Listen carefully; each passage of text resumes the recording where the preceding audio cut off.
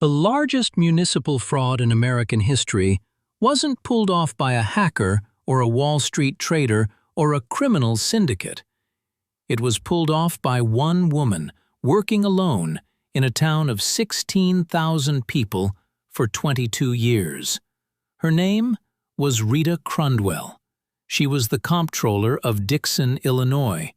And while she was quietly stealing $53 million from the city she worked for, she was also becoming one of the most successful quarter-horse breeders in the country. This is how she did it, and what it cost the town she left behind. Dixon, Illinois sits on the Rock River, about 100 miles west of Chicago. It's the kind of town that calls itself the Petunia City and puts up a water tower to prove it. Small, proud, and tight-knit. Rita Crundwell started working for the city's finance department in 1970 when she was still a teenager. She was good with numbers, and she was local. People trusted her.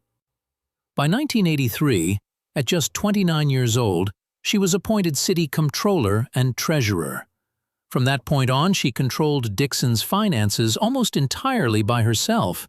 She wrote the checks, she managed the accounts, she prepared the budgets that the city council approved year after year, almost without question.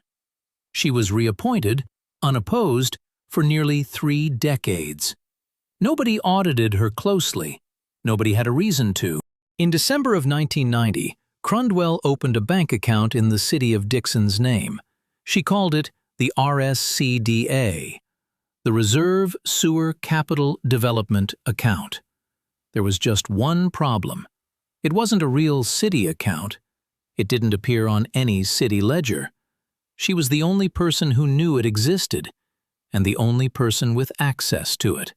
Here's how the money moved. The city kept a legitimate account called the Capital Development Fund, used to pay for real infrastructure projects. Crundwell would create fake invoices for work the city never did, projects that didn't exist, contractors who didn't exist. She'd write a check against that fund, made out simply to treasurer. Then she'd deposit that check into her secret account.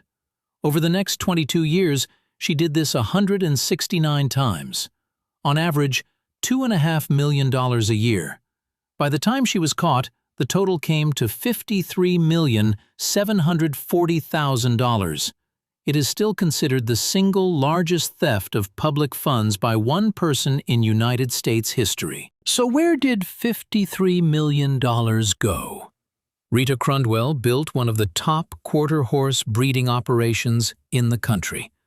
Her horses won 52 world championships.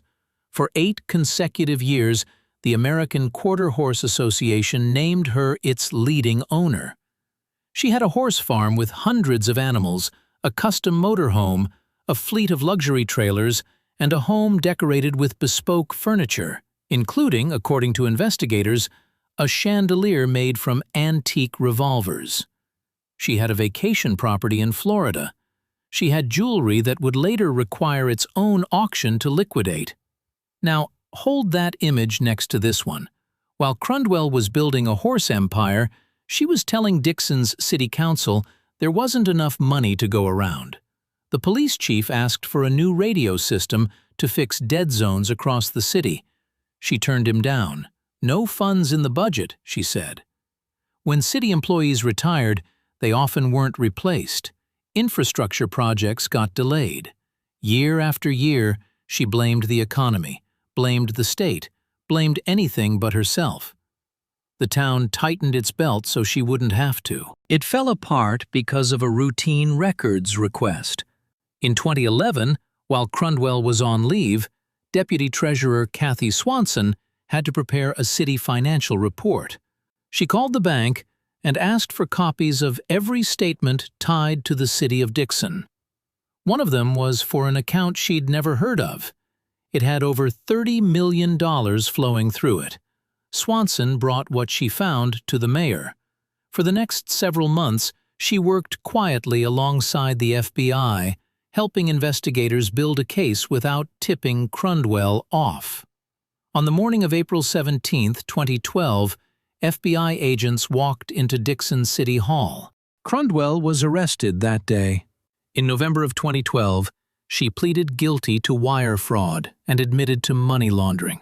In February of 2013, a federal judge sentenced her to 19 years and 7 months in prison and ordered her to pay back the full $53.7 million she'd stolen. The U.S. Marshals Service spent years liquidating what she'd bought with it. Roughly 400 quarter horses, vehicles, trailers, show jewelry, a gold bar that opened at nearly $1.5 million on its own. In total, the auctions recovered about $12 million, a fraction of what Dixon had lost. Rita Crundwell served less than a decade of her sentence. In 2021, she was released to home confinement under a COVID-era federal program. Then, in December of 2024, President Biden commuted her sentence outright, along with nearly 1,500 others. Dixon's mayor didn't hold back. He said most of the town was stunned, some angry, that clemency had been extended to, in his words, the perpetrator of probably the largest municipal misappropriation of funds in U.S. history. The full story, her rise, her arrest, and the town left to rebuild, is the subject of the documentary All the Queen's Horses, which investigates not just what Rita Crundwell did, but what it revealed about how easily a small town can hand one person the keys and never think to ask for them back.